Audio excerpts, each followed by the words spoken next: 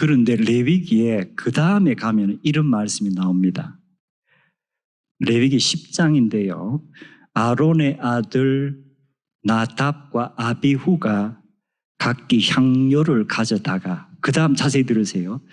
여호와께서 명령하시지 아니하신 다른 불을 담아 여호와 앞에 분향하였더니 불이 여호와 앞에서 나와 그들을 삼킴에 그들이 여호와 앞에서 죽은지라.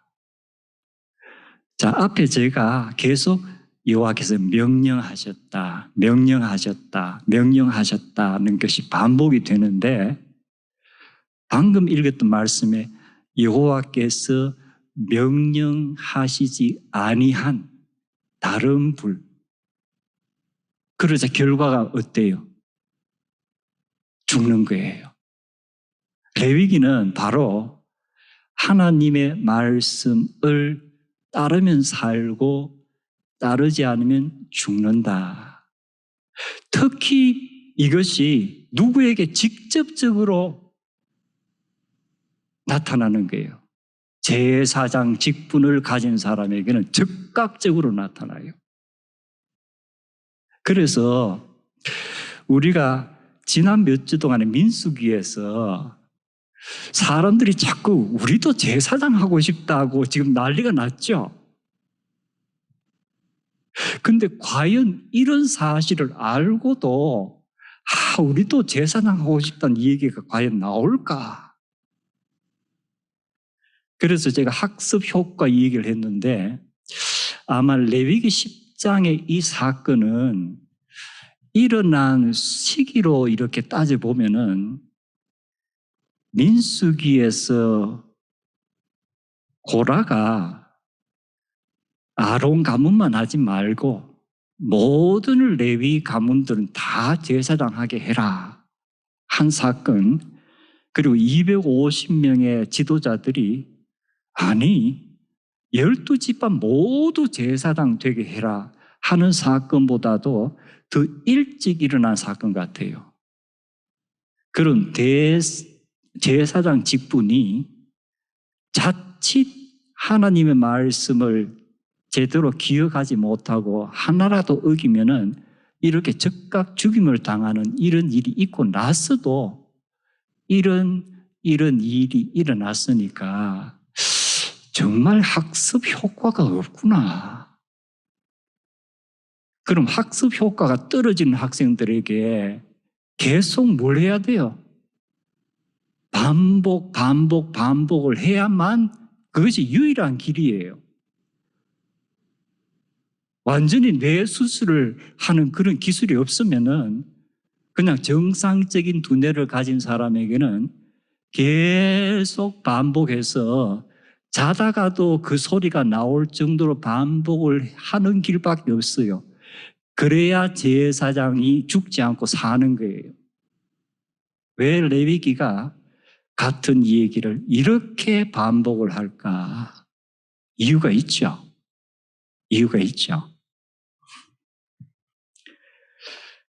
그리고 이제 민수기 16장과 17장, 16장은 제가 거의 2주에 걸쳐서 사례들을 얘기했습니다. 그런데 고라와 250명의 지도자들이 와서 우리도 제사장 할 수 있게 하라 했을 때 첫 번째 모세가 그럼 하나님 앞에 이것을 하나의 테스트 케이스로 해보자. 자, 그게 뭐냐면은 지금 아론과 그 아들들이 제사장 역할을 하고 있는데 제사장의 중요한 것이 제단에 향로에 불을 붙여서 향을 하나님께 피워 올리는 이 일이에요. 속죄의 일이에요. 그래서 일단 아론도 향로를 가지고 오고 고라 너도 제사장 하고 싶다니까 향로를 가지고 오고 다른 250명도 제사장 하고 싶다니까 그래 흉내는 다 내보자. 너희도 향료를 가지고 오너라. 그래서 내일 그 향료를 회막 문 앞에 다 들고 나오느라. 그러면 하나님께서 과연 아론만 제사장 직분을 주시겠다 하실지, 고라 너도 주겠다 할지, 250명 다에게 주겠다 할지 내일 테스트를 우리가 받아보자. 테스트 결과가 어때요? 민수기 16장 후반에 가면은 테스트 결과입니다. 여호와께로부터 불이 나와서 분향하는 250명을 불사르니라. 제사장 역할 하겠다고 갔는데 오히려 번제물이 돼버린 거예요. 아론만 멀쩡하게 제사장 역할하고 제사장 역할 하겠다고 나섰던 나머지는 다 불타 죽는 제물이 되어버리는 거예요. 이 첫 번째 테스트예요. 그리고 하나님께서 모세에게 명령을 하십니다. 애들이 잘못이지 향료가 뭐 잘못된 게 있겠느냐. 향로는 하나님 앞에 바쳐졌으니 거룩하다. 그래서 사람들은 다 죽었지만 향로는 깨끗하니 이 향료를 다 모아다가 어떻게 해라. 막 두들겨서 향로 노판을 만들어라. 그래서 그 노판을 어떻게 해라. 제단을 덮는 덮개로 노판을 만들어라. 그렇다면은 회막에 가면 이제 항상 제단이 앞에 있을 거 아니에요. 이전에는 못 느꼈지만 이 사건 이후에 이 제단 위에 노판 덮개가 있는 것을 보면은 사람들에게 무엇을 리마인드 시키는 거예요? 하나님 앞에 아무나 나가고 싶다고 나갈 수 있는 게 아니구나. 거룩한 하나님 앞에는 죽음을 각오하는, 그리고 특별히 하나님과 인간 사이에 중재의 역할을 하는 제사장들만 목숨을 무릅쓰고 나가는 거지 아무나 나가는 것이 아니구나. 첫 번째 테스트의 결과로 하나의 워닝 사인을 주신 거예요. 이 성경에는 이러한 표가 되는 게 많죠. 그것을 보고 항상 기억해라. 하나님 앞에 함부로 나갈 수가 없구나. 조금 도약을 하지만 우리 주일날 교회 예배 드리러 올 때 사람 앞에 나왔습니까? 하나님 앞에 나왔습니까? 아마 오늘 아침에 내 교회 가서 잘못하면 죽겠다 하는 어떤 두려움 갖고 나온 분 계세요? 아무도 안 계실 거예요. 물론 신약과 구약이 다르다 이런 얘기들을 많이 하는데 사실은 다르다기보다는 그 밑에 흐르는 흐름은 똑같아요. 구약이든 신약이든 거룩하신 하나님의 존재는 변하지가 않아요. 그리고 하나님 앞에 나갈 때에 우리의 마음가짐, 몸가짐을 어떻게 해야 될 것인가는 구약 시대나 신약 시대나 변하지가 않아요. 그 다음에 하나님께서 또 하나의 테스트 겸 사인을 주십니다. 그것이 뭐냐면은 향로로 하나의 사인을 주시고 그 다음에는 각 지파마다 그 지도자들이 지팡이를 하나씩 가지고 오라고 해라. 그런데 지팡이를 가지고 오는데 아마 그때도 이미 각 지파에 또 헤드가 있었던가 봐요. 그 헤드의 이름을 각 지팡이에 쓰라. 그리고 레위 지파의 지팡이에는 아론의 이름을 쓰라. 그리고 이 지팡이들을 다 가지고 와서 어디?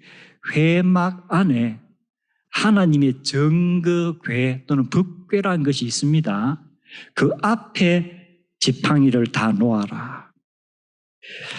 제가 그 부분을 성경에서 읽겠습니다. 민수기 17장에 여호와께서 모세에게 말씀하여 이르시되 각 지파를 따라 지팡이 하나씩을 취하되 수령들의 이름을 각각 그 지팡이에 써서 정거궤 앞에 두라. 자, 그러면 어떻게 하시겠다는 거예요? 그리고 내일 이 지팡이들이 어떻게 되었는가 와서 확인을 해라. 내가 제사장 직분을 주는 지파의 지팡이에는 뭐다? 싹이 나 있을 것이다. 이게 두 번째 테스트예요.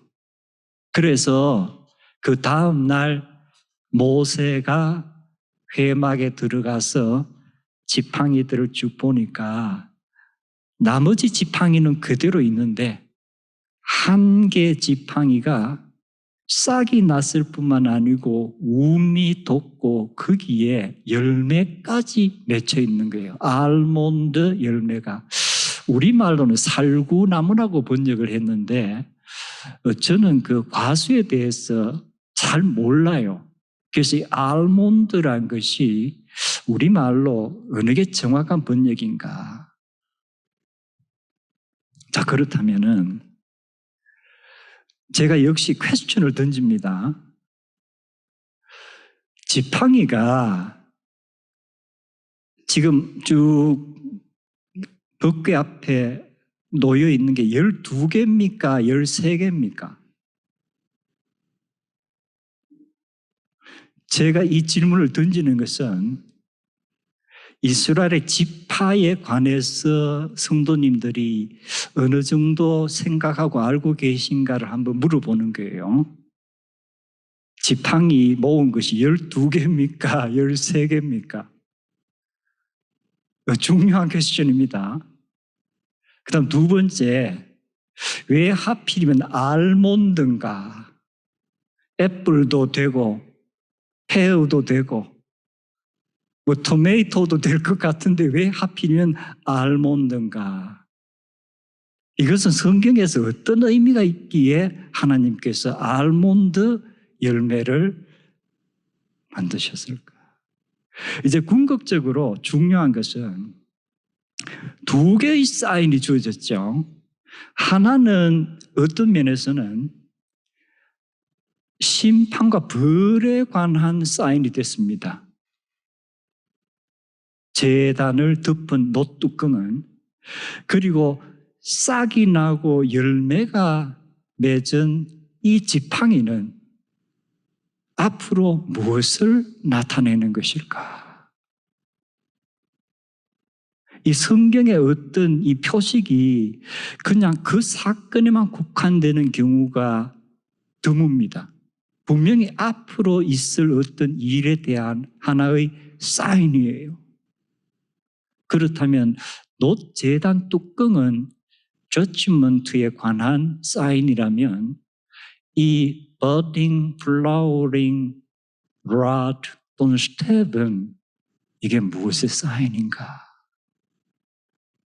무엇인 것 같아요? 이제 수많은 세월이 흘렀습니다. 이사야가 예언을 합니다.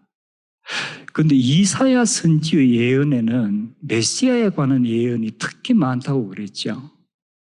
그리고 성경학자들이 이것은 분명히 메시아에 관한 예언이라고 하는 것들이 있는데 다음과 같은 내용이 있습니다.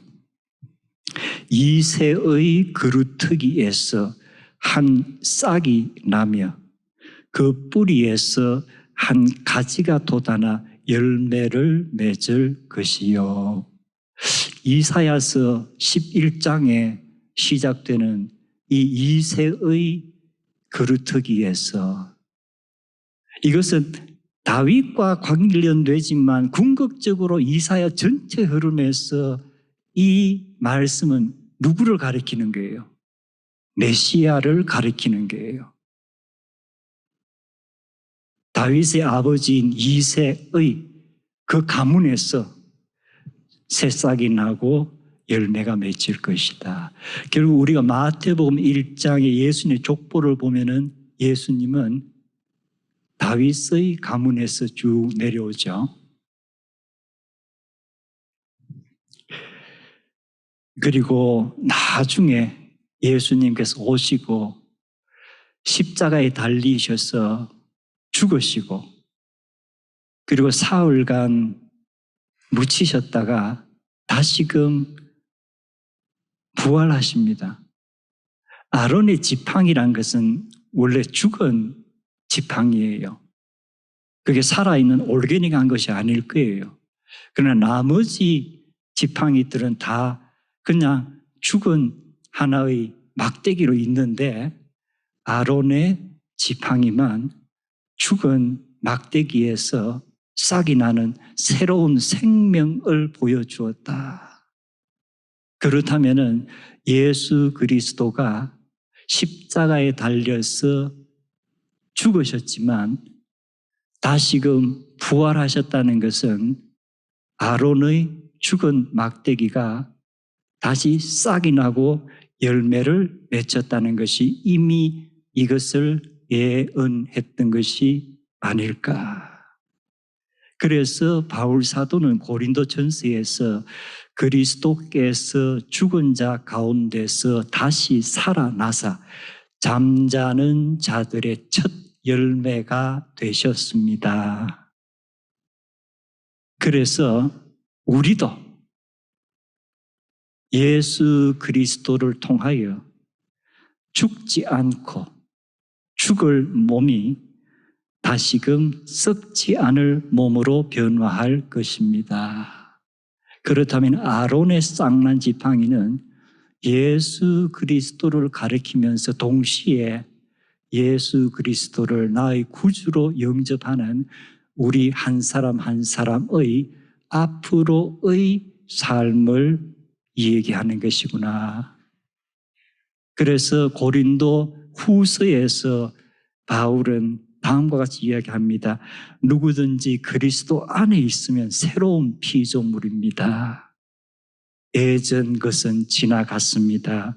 이제는 모든 것이 새 것이 되었습니다. 저희들 한 주 이 세상에서 새로운 삶의 기회가 주어집니다.